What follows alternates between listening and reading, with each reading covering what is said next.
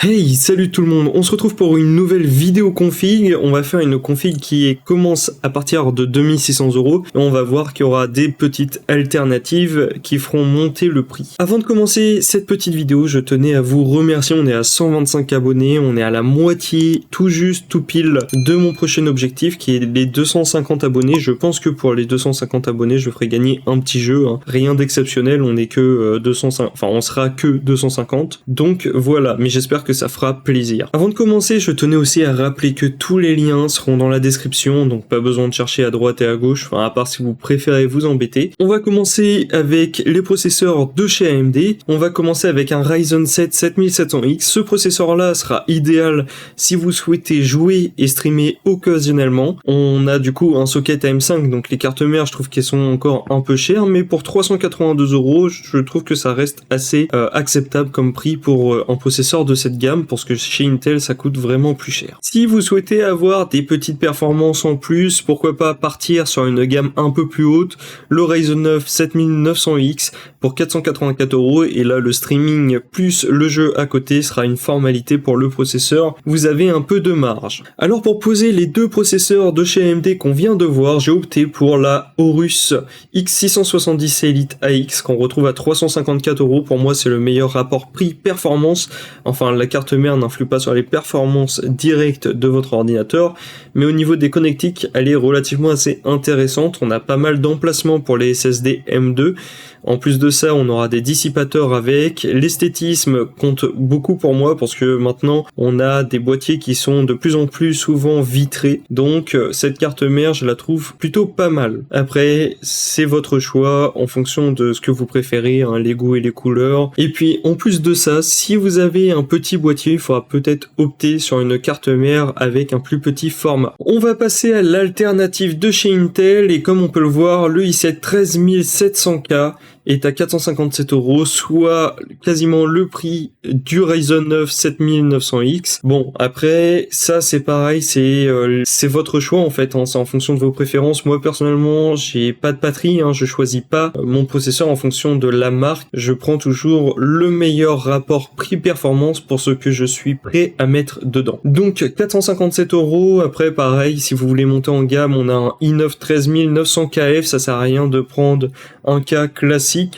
On pourra gagner un peu d'argent, enfin économiser un peu d'argent en prenant un KF, c'est-à-dire la partie IGP qui est désactivée, parce que je pense que si vous êtes sur cette vidéo là, c'est que vous souhaitez faire un PC principalement pour jouer et donc du coup avec une carte graphique. Donc l'IGP ne nous servira. Pour pouvoir poser ces deux processeurs de chez Intel, j'ai opté toujours chez Aorus, l'Aorus Z790 Elite AX. C'est son alternative du modèle qu'on vient de voir, toujours pareil, des emplacements pour les SSD qui sont relativement assez intéressantes. On retrouve aussi de la DDR5 dessus.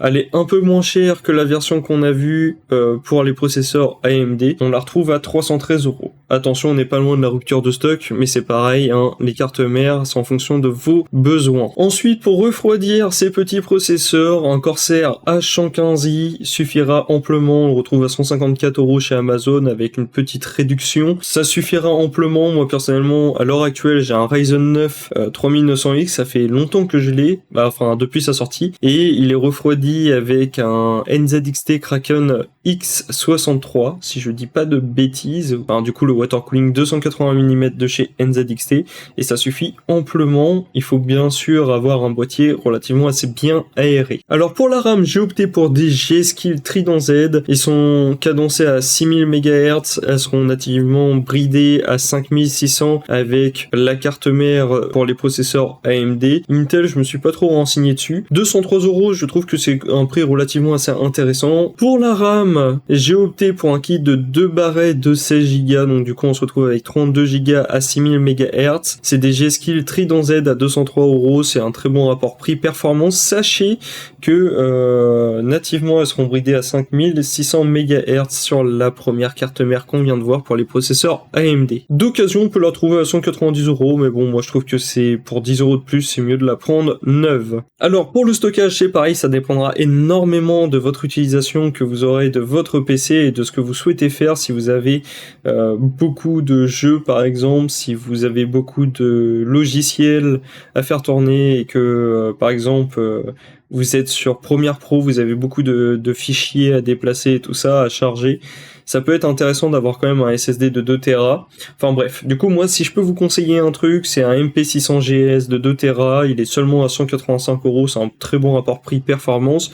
Même le 1 Tera il est à 103€. Certes on peut avoir un peu moins cher, mais on partirait sur des SSD avec un PCI Express de 3ème génération. On a des débits qui sont plus que potables, même si on a des SSD avec le PCI Express de 4ème génération avec des débits bien plus hauts, mais ceux qui ont des débits plus hauts ont un dissipateur thermique, et ça peut être embêtant parce que par exemple avec les cartes mères qu'on a choisies, le dissipateur thermique on pourrait pas le mettre, donc vu qu'il y a déjà un dissipateur thermique sur la carte mère, donc ça serait un peu bête de payer un SSD un peu plus cher pour un dissipateur qu'on ne mettra même pas. Si je peux vous conseiller ce SSD, si je peux vous conseiller un SSD, je vous conseille celui-là. Après, même si vous mettez un petit SSD et puis le reste c'est du disque dur et vous faites un RAID 0, ça peut être aussi très efficace. Au niveau carte graphique, alors là il y aura beaucoup de possibilités, ça va faire un peu comme avec les processeurs, on va voir du coup deux gammes et on va voir aussi deux constructeurs différents. Donc au niveau de chez AMD, comme vous vous en doutez, il y a la RX 7900 XT pour 1028€ sur Amazon.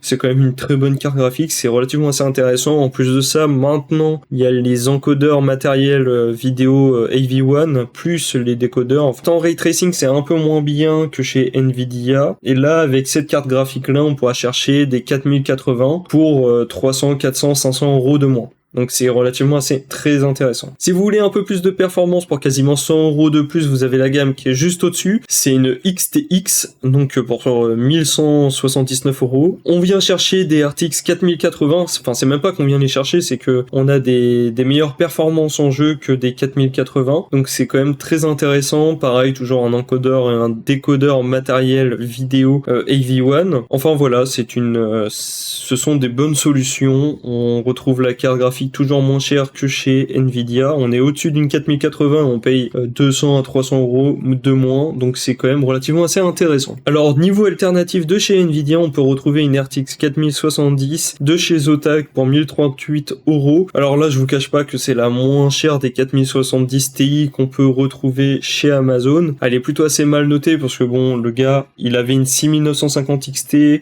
s'est aperçu qu'il avait à peu près les mêmes performances, qu'il payait une carte graphique qui était plus chère, que niveau définition c'était moins bien que celle qu'il avait avant. Après niveau finition, je sais qu'à l'époque Zotac faisait des très bons produits, ça fait très longtemps que je n'ai pas eu un produit de leur gamme dans les mains, donc je peux vraiment pas vous dire ce qu'il en est en vrai. Si vous souhaitez avoir une carte graphique encore un peu plus puissante, une RTX 4080, et là c'est pareil, le design c'est quelque chose de pas très ouf, c'est une PNY, c'est vraiment la moins chère que j'ai pu trouver à 1330€, c'est vraiment pas très cher pour une 4080, et niveau rapport prix-performance on est en dessous de chez AMD, mais si vous préférez Nvidia, la voici, la 4080 la moins chère de chez Amazon, enfin au moment où je fais cette vidéo. Niveau alimentation, moi ce que je pourrais vous conseiller c'est de prendre des alimentations relativement assez grosses, parce que maintenant on a des configs qui consomment de plus en plus. À l'époque on avait des configs à 650, 750 watts, c'était amplement suffisant, on avait du très haut de gamme dedans. Maintenant c'est vraiment des alimentations 1000 watts, et je pense que peut-être dans le futur ça va augmenter. Pour avoir une base qui dure dans le temps et qu'on aura la possibilité de faire évoluer notre ordinateur, partir directement sur une RM 1000E me semble une bonne solution, parce que 1000 watts avec une certification 80 plus Gold, donc qui garantit un certain rendement, ça me paraît relativement assez intéressant. Donc cette alimentation on la retrouve à 182€ sur Amazon. Après il y aura d'autres variantes et tout ça, donc on pourra retrouver des REM 1000X.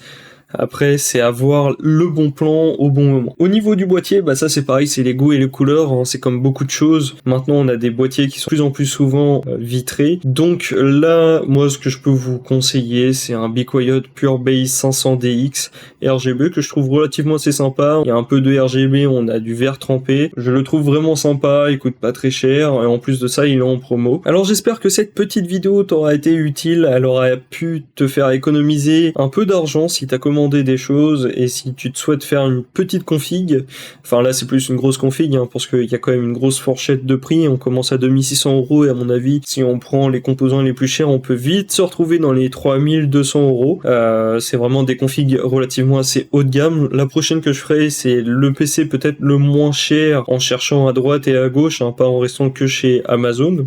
Si la vidéo t'a plu, si ce concept, hein, je suis pas le seul à faire ce type de vidéo, mais si ça te plaît, surtout n'hésite pas à me le dire dans les commentaires, à mettre un petit pouce, et puis à t'abonner, ça me fera extrêmement plaisir. Allez, on se retrouve à la prochaine, allez, ciao!